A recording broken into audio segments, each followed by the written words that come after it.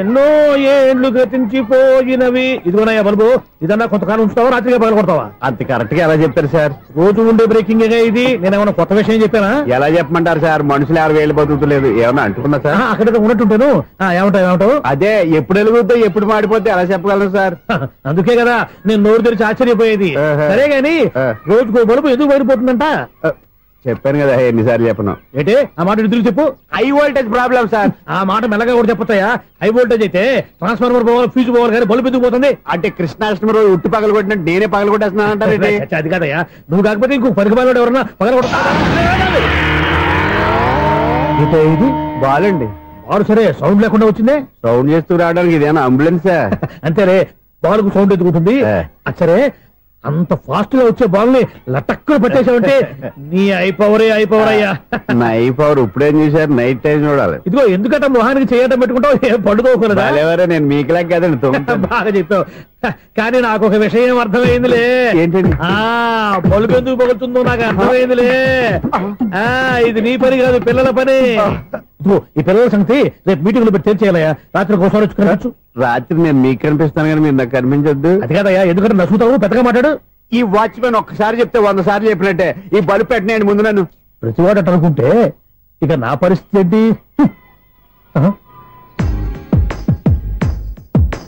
కన్నుల భాషలు తెలియవులే, కన్నెల మనసులు ఎరుగు. సౌండ్ లేకుండా చూసుకున్న చాలు, ఇక దయచేయండి. అరే జావో నాజీ, ఊరికే చూసుకోకపోతే ఏదైనా ఒక పాట పాడుకోవచ్చు కదా. -26y + 10 = 0. అరే ఈ ప్రాబ్లం సాల్వ్ చేయడం ఇంత ఈజీనా? మరేమనుకున్నావు? అక్కనే ఏ ప్రాబ్లం అడిగినా భయపెట్టి చంపేస్తుంది అంకుల్. అలా భయపడకూడదమ్మా. అర్థం చేసుకుంటే మ్యాథమెటిక్స్ అంత ఇంట్రెస్టింగ్ సబ్జెక్ట్ ఇంకోటి లేదు. మీకు మ్యాథమెటిక్స్ వచ్చా? వచ్చా, ఈ పుస్తకాలను రాసిన మన శిశిరా. నువ్వు ఫర్దర్ గా ఏం చదవాలనుకుంటున్నావు? ఇంజనీరింగ్. Very good. నేను కోచింగ్ ఇచ్చానంటే మెరిట్ గ్యారంటీ. నీకు ఎలాగైనా ఇంజనీరింగ్ సీట్ ఇప్పించే బాధ్యత నాది.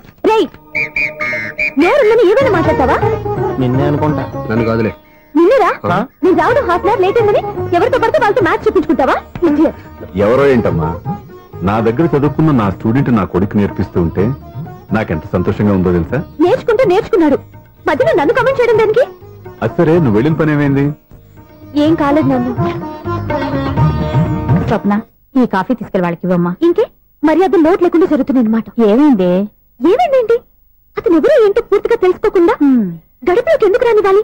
ఎవరో ఏంటి, మీ నాన్నగారు స్టూడెంట్ అని చెప్పాడు కదా. మనిషి మంచివాడు, మర్యాదస్తుడు, పైగా మన కుటుంబం అంటే. చాలు చాలు ఈ ఉపన్యాసాలు, వెళ్ళి కాఫీ సమర్పించుకో. నీకు ఈ మధ్య పిచ్చికోపం ఎక్కువైంది. పిచ్చి నాకు కాదు, నీకు పట్టింది. అతని మంచి మర్యాద ఏంటో ఆ దొంగ చూపుల్లోనే తెలుస్తోంది. కాఫీ థ్యాంక్స్ అండి. తీసుకో బాబు. ఏంటండి స్వప్న కోపం కాఫీ కన్నా వేడిగా ఉన్నట్టుంది? అది కోపం కాదు, జాబ్ కోసం ఇంటర్వ్యూకి వెళ్ళింది. రిజల్ట్ ఫేవర్ గా రాకపోయేసరికి అప్సెట్ అయింది. స్వప్న జాబ్ కోసం ట్రై చేస్తుందా? అంత రియాక్షన్ అవసరం? ఈ ఓవర్ యాక్షన్ ఆపు. ఓకే, అసలు ఈ విషయం నాకు ముందే చెప్పొచ్చుగా. మా సమస్యలు నీకెందుకు చెప్పటం?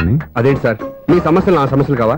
నేను మాస్టర్ అనే గౌరవంతో మీకు ఎంత దగ్గర అవుదాం అనుకున్నా, మీరు మాత్రం నన్ను దూరంగానే ఉంటున్నారు. అచ్చి బాబు, ఈ సెంటిమెంట్ మీద ఎక్కువ వర్కౌట్ చేస్తున్నాడు. ఒరేయ్, మా అమ్మాయికి ఉద్యోగం కావాలి, ఒక మంచి ఉద్యోగం చూసి పెట్టాలని ఒక్క మాట ఆర్డర్ వేసుంటే నిమిషాల్లో వెళ్ళి క్షణాలు ఉద్యోగం సంపాదించేవాడిని. నీకెందుకు అనవసరంగా ఇబ్బంది? మీరు ఇంకేం మాట్లాడదు, నన్ను ఆశీర్వదించి పంపించండి. స్వప్నకు ఉద్యోగం గ్యారెంటీ. ఇదిగోండి సార్ అపాయింట్మెంట్ ఆర్డర్. ఇంత త్వరగా ఉద్యోగం ఎలా సంపాదించావయ్యా?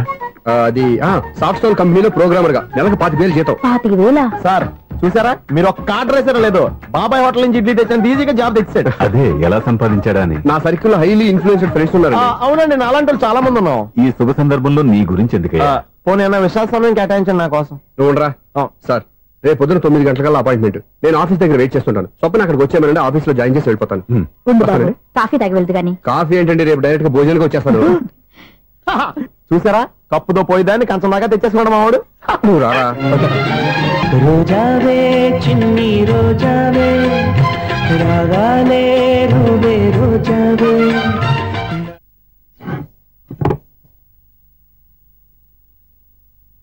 అన్నం పెట్టనా? రామ్మా కూర్చో. చాలమ్మా.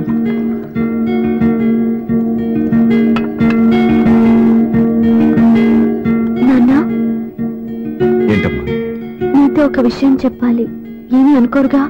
చెప్పమ్మా. ఈ జాబ్ చేయటం ఎందుకో నాకు ఇష్టం లేదు. అర్థమైందమ్మా. నీ అంతటా నువ్వే ఉద్యోగం సంపాదించుకోవాలని నీ ఆలోచన. నీ ఉద్దేశం మంచిదే కాదమ్మా. కానీ రేపు ఈ జాబ్ లో నువ్వు జాయిన్ అవుతున్నావు. నాన్న, నేనెందుకు చెప్తున్నానో అర్థం చేసుకో. నా కూతురికి ఉద్యోగం కావాలని నేను అడగకుండానే అపాయింట్మెంట్ ఆర్డర్తో వచ్చాడు సూర్య. ఆ ఉద్యోగం కోసం అతను ఎంతమంది చుట్టూ తిరిగాడో, ఎన్ని అవస్థలు పడ్డాడో నాకు తెలియదు కానీ ఈ మాస్టారికి ఏదో చెయ్యాలన్న ఆరాటం అతనిలో కనిపించింది. నువ్వు ఇప్పుడు ఈ జాబ్ చేయనంటే అతను పడ్డ కష్టానికి విలువ లేకుండా పోతుంది. అతను చూపించిన అభిమానాన్ని అవమానించినట్టు అవుతుంది. నీకు ఇష్టం లేకపోతే నువ్వు ఎప్పుడు మానేయాలనుకుంటే అప్పుడు ఆ ఉద్యోగం మానే. కానీ రేపు నువ్వు ఆఫీస్కి వెళ్తున్నావు, నీకోసం కాదు, నా కోసం.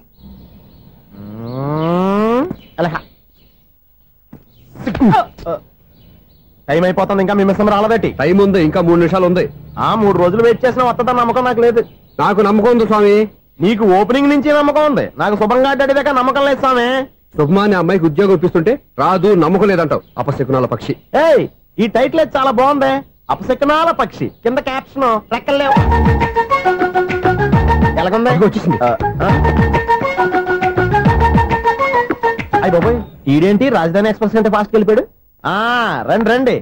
ఇప్పటిదాకా మీ గురించి ఫిలిం బాక్స్ కోసం వెయిట్ చేస్తున్నాం. వస్తారని నేను, రారని ఆడు. పెద్ద మినీ పేటింగ్ అయిపోయింది అనుకోండి. నేను రానని ఎందుకు అనుకున్నారు? వచ్చేదాకా వస్తారని తెలియక. Good morning Swapna.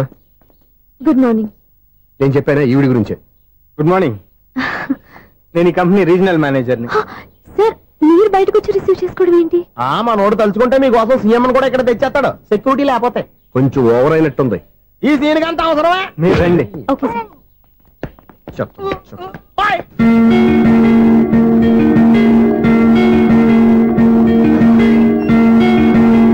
So this is your seat, feel free. మీరు చేయాల్సిన పని నా సెక్రటరీ వచ్చి మీకు చెప్తాడు.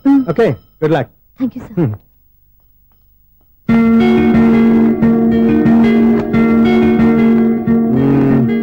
రూమ్ చాలా చిన్నదిగా ఉంది కదా, చేంజ్ చేసేద్దామా?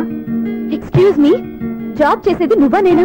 నువ్వే అనుకో, కానీ వర్క్ చేసేటప్పుడు కొంచెం కన్వీనియంట్ గా ఉంటుంది కదా అని. నాకు లేని ప్రాబ్లం నీకెందుకు? కరెక్టే కదా, వస్తాను. హలో, ఫ్రాంక్ గా చెప్పాలంటే ఈ జాబ్ చేయడం నాకు ఇష్టం లేదు. కానీ మా నాన్నగారికి తోకలవ్య శిష్యుడిగా నువ్వు ఒకటివి దొరికావు. ప్రపంచంలో నాకు గొప్ప శిష్యుడు దొరికాడని ఆయనేమో ఒప్పిపోతున్నారు. జాబ్ చేయాలని ఆయన పట్టు పెడితే విధి లేక విరక్తితో నేను ఇక్కడి దాకా వచ్చాను. నువ్వు ఇక్కడికి వచ్చి ఇది చేంజ్ చేసి అవి చేంజ్ చేస్తే నా మనసు చేంజ్ అవుతుంది అనుకోవద్దు. 1 మినిట్. మళ్ళీ ఈ కంపెనీలో నేను చూశానంటే ఇమ్మీడియట్ గా జాబ్ కి రిజైన్ చేస్తాను. మేషం, వృషభం, మిథునం అనుకోని వ్యక్తులు తారసపడతారు. మనకెవరు అనుకోని వ్యక్తులు తారసపడతారు ఈ రోజుల్లో?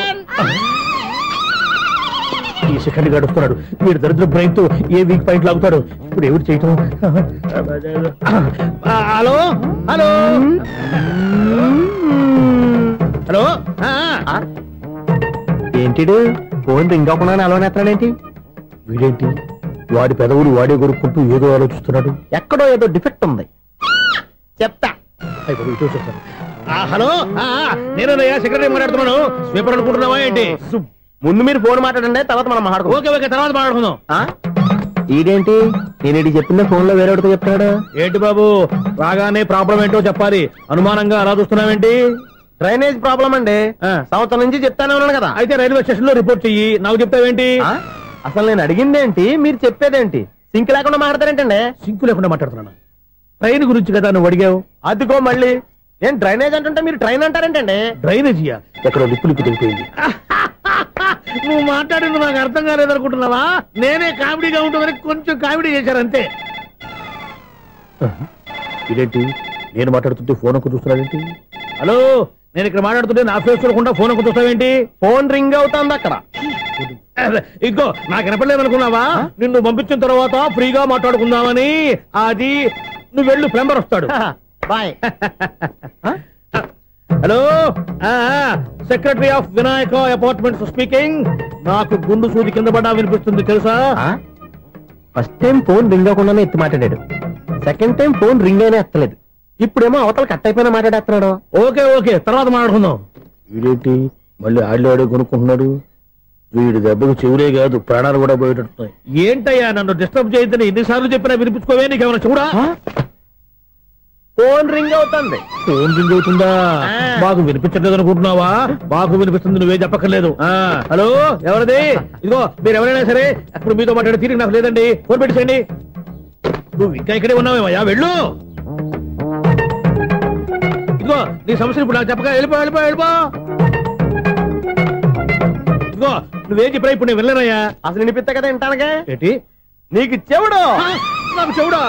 ఎవరు చెప్పారు నీకు నాకు చెవుడని? ఒకటి చెప్పాలేటి, నేను ఇప్పుడే వెళ్ళి డాక్టర్ని తీసుకొచ్చి మన అపార్ట్మెంట్స్ లో అందరి మధ్యన మీటింగ్ ఎట్టి నీకు చెవుడా నిరూపించకపోతే ఆ పని మాత్రం చెప్పక దండం పెడతా. నేను ఆ పని చేయకుండా ఉండాలంటే ఈ నెల నుంచి నువ్వు మెయింటెనెన్స్ అడగకూడదు. ఇచ్చినా నేను తీసుకోను. అలాగే నా పర్సనల్ మెయింటెనెన్స్ కూడా నువ్వు చూసేసుకో.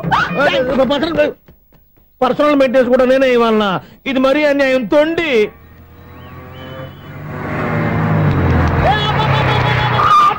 కండక్టర్ లాగా అరిపోయింట్రా. నేనేమన్నా డ్రైవర్ అనుకున్నా? ఒకసారి అలా చూడా. స్వప్నం తప్ప నీకు ఈ ప్రపంచంలో ఎవరా అనరా? ఆ సైడ్కి చూడు. వాడెవడో అమ్మాయి సైడ్ కొడుతున్నారా? నువ్వు స్ట్రైట్ గా ఇలా కొట్టే. అప్పుడు వాడేం చేశాడు? ఆడు కాదు, నాలో ఉన్న డైరెక్టర్ చేస్తాడు. స్వప్నాల ఫ్యామిలీకి ప్రేమ అంటే సిరాకు. ఇప్పుడు నువ్వు స్ట్రైట్ గా వెళ్ళాడు 4 బీకి ప్రేమకు వ్యతిరేకంగా భారీ డైలాగులు చెప్పావనుకో, వెంటనే స్వప్నం నేను చూసి నువ్వు కూడా తంట అయిపోయాను ఫీల్ అయిపోద్ది. ఆ ఫీల్ నేను గోల్ వైపు నడిపిస్తుంది. అన్న స్పెట్స్ అడితే మాస్, అన్న సీన్ ఎత్తే మాస్, అన్న వాచ్ అడితే మాస్, అన్న డైరీ అయిపోయినా మాసేనా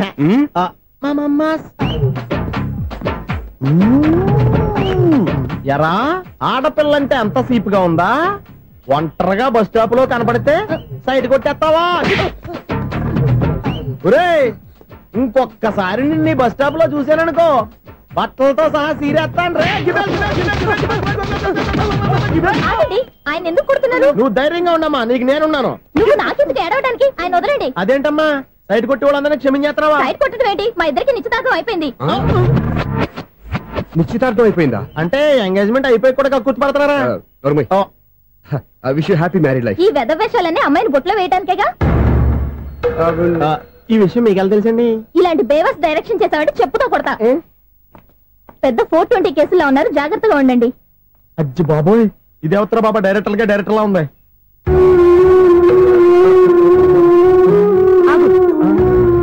ఏంటి సైటా? లవ్వా? ట్రాప్ చేయాలని ప్లానా? నువ్వు చాలా ఓవర్ చేస్తున్నావని నాకు ఓపెనింగ్ నుంచి బాగా తెలుసు. మా నాన్నగారి దగ్గర నువ్వు చదువుకున్నావు అని చెప్పిన ఆ ఇయర్ లోనే మా అక్క కూడా చదువుకుంది.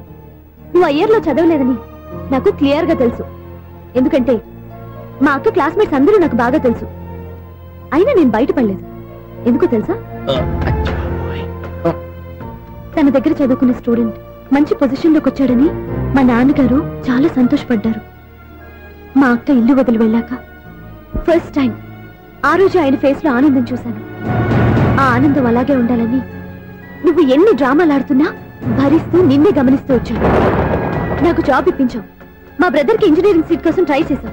మా ఫ్యామిలీ కోసం చాలా కష్టపడుతున్నాడనే ఇంప్రెషన్, ఇమేజ్, సింపతి సంపాదిస్తే నీ ప్రేమలో పడి తడిసి ముద్దైపోతాననుకున్నావా? నెవర్. నువ్వు ఎన్ని పాచికలు విసిరినా నేను నిన్ను ప్రేమించను. నిన్నే కాదు, ఎవరి మీద నాకు ప్రేమ పుట్టదు. ఇకనైనా ఆడిన డ్రామాలు చాలు, ఆపే.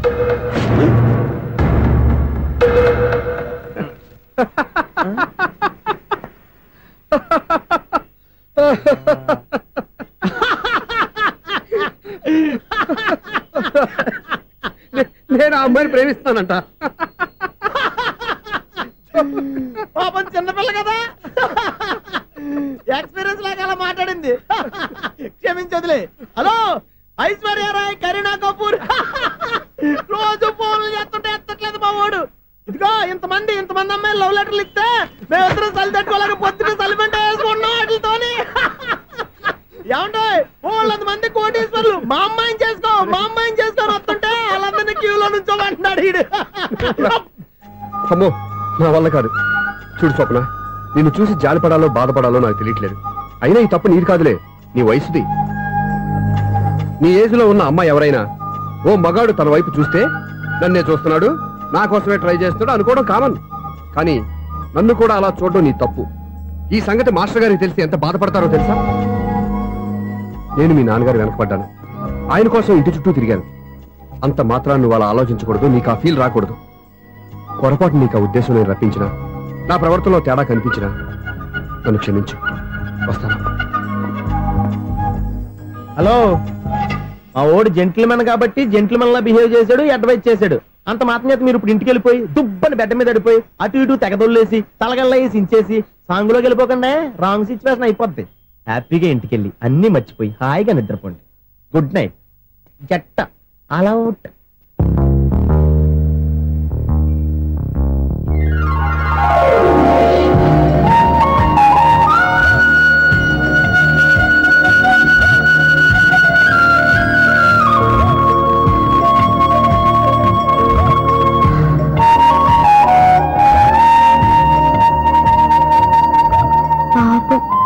నిజం తెలుసుకోకుండా దారుణంగా తిట్టేశాను.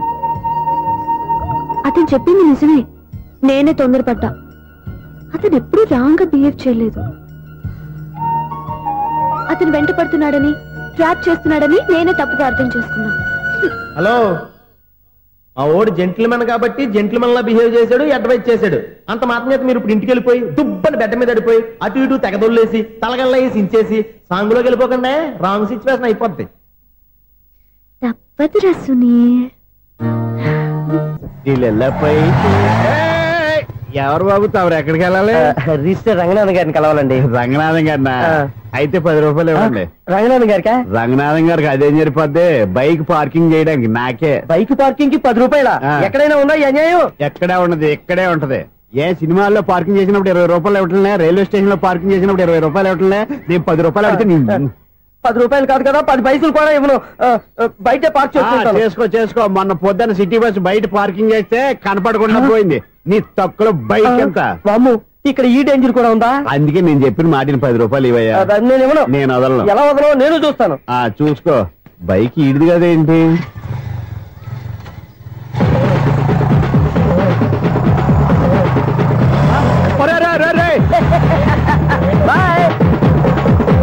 ఉల్లుక్క పట్ట నాకే మస్కాయిచ్చు లోపలికి వెళ్తావరా? రేయ్, ఇది సింగిల్ గేట్ పద్మం ఇవ్వరా, దొరక్కపోవు నీ సంగతి చూస్తా. ఏది నువ్వు చూసేది? సీడీ చుట్టానికి నా పర్మిషన్ ఎందుకు?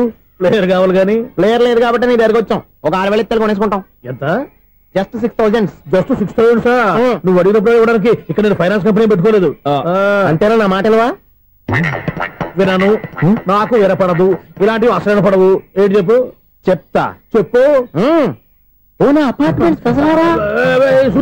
మనం ట్రైన్కి డ్రైనేజీకి చాలా తెలియని వ్యక్తిని సెక్రటరీగా పెట్టుకున్నాం. అరే ఆపరా బాబు, అందుకే మన సమస్యలన్నీ చెప్తున్నా. ఆయన చెవికి వినపడట్లేదు. మన సమస్యలు వినలేను చెవిటివాడా మన సెక్రటరీ. అరే ఆపరా బాబు, ఎందుకన్నా లౌడ్ స్పీకర్ లా పెద్దగా అరుస్తావు? పోను ఒక్కొక్కరి దగ్గరికి వెళ్ళి చెవిలో సీక్రెట్ గా చెప్పానా? సీడీ ప్లేయర్ ఖరీదంతా 6,000 ఇస్తానులే, తీసుకో. ఇప్పుడు డబ్బులు లేవు కానీ బయటకు వెళ్ళినప్పుడు ఏటీఎం లో డ్రా చేసుకొస్తా. మన అపార్ట్మెంట్స్ పక్కనే ఏటీఎం మిషన్ ఉంది. నా అకౌంట్ లో ఎంత ఉంది? 18,000 దాకా ఉన్నాయి. మొత్తం కనుక్కున్న డీటెయిల్స్. సరిపోయి ఆఫీస్ లో కూర్చో, నేను డ్రా చేసుకొస్తా.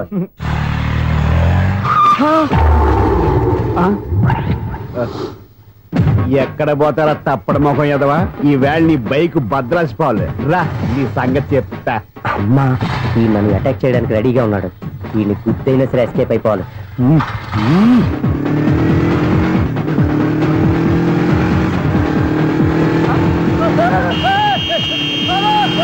సిడీ పేరు కూడా పెట్టారంట. బ్యాంకులో 18,000 ఉంది కదా, మీకు చెవుడు కదా, వీడికెందుకు ఈ విషయాలన్నీ?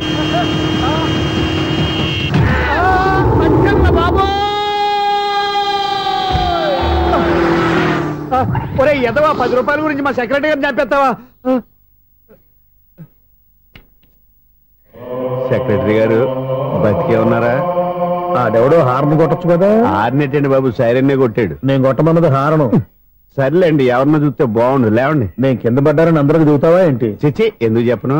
అది ఆ మాత్రం అభిమానం ఉండాలి సెక్రటరీ అంటే. ఇంక లేవండి. థ్యాంక్స్. మీరేమీ కంగారు పడకండి, బ్రహ్మాండమైన సంబంధం తీసుకొస్తాను. మీరు నా మాట నమ్మాలి. ఇదే మాట సంవత్సరం నుంచి చెప్తున్నారు. ఏం చేయమంటారు సార్, ఈ రోజుల్లో కూడా పెళ్లి కొడుకులు కట్నం అడుగుతున్నారు, లేదా అమ్మాయికి జాబ్ ఉందా అని అడుగుతున్నారు. ఎలాగో అమ్మాయికి జాబ్ వచ్చేసింది కాబట్టి ఓ బ్రహ్మాండమైన సంబంధం చూస్తాను. మీరు నా మాట నమ్మాలి. వస్తానండి, వస్తానమ్మా. అయ్యో టైం అయిపోతుంది, అవతల బోల్డని పనులు ఉన్నాయి. అంటే సంబంధం ఎవరికి? స్వప్నకు బాబు. కొంప ములిగిందిరా. కుదిరిందా? మంచి సంబంధం తీసుకొస్తానని చెప్పి ఇంతవరకు ఒక్క మంచి సంబంధం కూడా తీసుకురాలేదు. ఈ మ్యారేజ్ బ్రోకర్లతో పెట్టుకుంటే అంతా డ్యామేజ్ మాస్టారు. అవును మాస్టారు, 420 గాళ్ళందరినీ తీసుకొచ్చి 24 క్యారెట్స్ గోల్డ్ నమ్మించేస్తారు. ఇన్నాళ్ళు కరెక్ట్ గా క్యాచ్ చేసేవరా? నువ్వు కూడా చాలా రోజులు క్యాచ్ చేసావు. ఈ మ్యారేజ్ విషయంలో చాలా జాగ్రత్తగా ఉండాలండి. మనకు తెలిసిన వాళ్ళలో మంచి ఫ్యామిలీని చూసి మంచి అబ్బాయికి ఇచ్చి చేయాలి. వేసాడు గాలం. నువ్వు చెప్పింది నిజమే. అలాంటి మంచి సంబంధం ఎక్కడ దొరుకుతుందని ఆలోచిస్తున్నాను. ఎక్కడో ఏంటి సార్, దగ్గరలోనే ఉంది. అయ్య బాబు, ఇదేం డైరెక్ట్ అటాక్ ఇచ్చేస్తున్నాడు. దగ్గరలో ఉందా? ఎక్కడ? వైజాగ్ లో నాకు తెలిసిన మంచి ఫ్యామిలీ ఉంది మాస్టారు. ఆ అబ్బాయి చాలా మంచోడు, హార్బర్ లో ఇంజనీర్. మీకు ఇష్టమైతే చెప్పండి, అమ్మాయిని చూసుకోవడానికి వెంటనే బయలుదేరామని చెప్తాను. ఏంటి ఎంత పెద్ద టర్నింగ్ ఇచ్చాడు? అసలు ఇది ప్లే ఏంటో మన స్క్రీన్ ప్లే కూడా అర్థం కావట్లేదే. ఏంటి సార్ ఆలోచిస్తున్నారు? ఇందులో ఆలోచించేదే ఉంది. నీకు వాళ్ళ మీద నమ్మకం ఉంటే వెంటనే రమ్మని చెప్పు.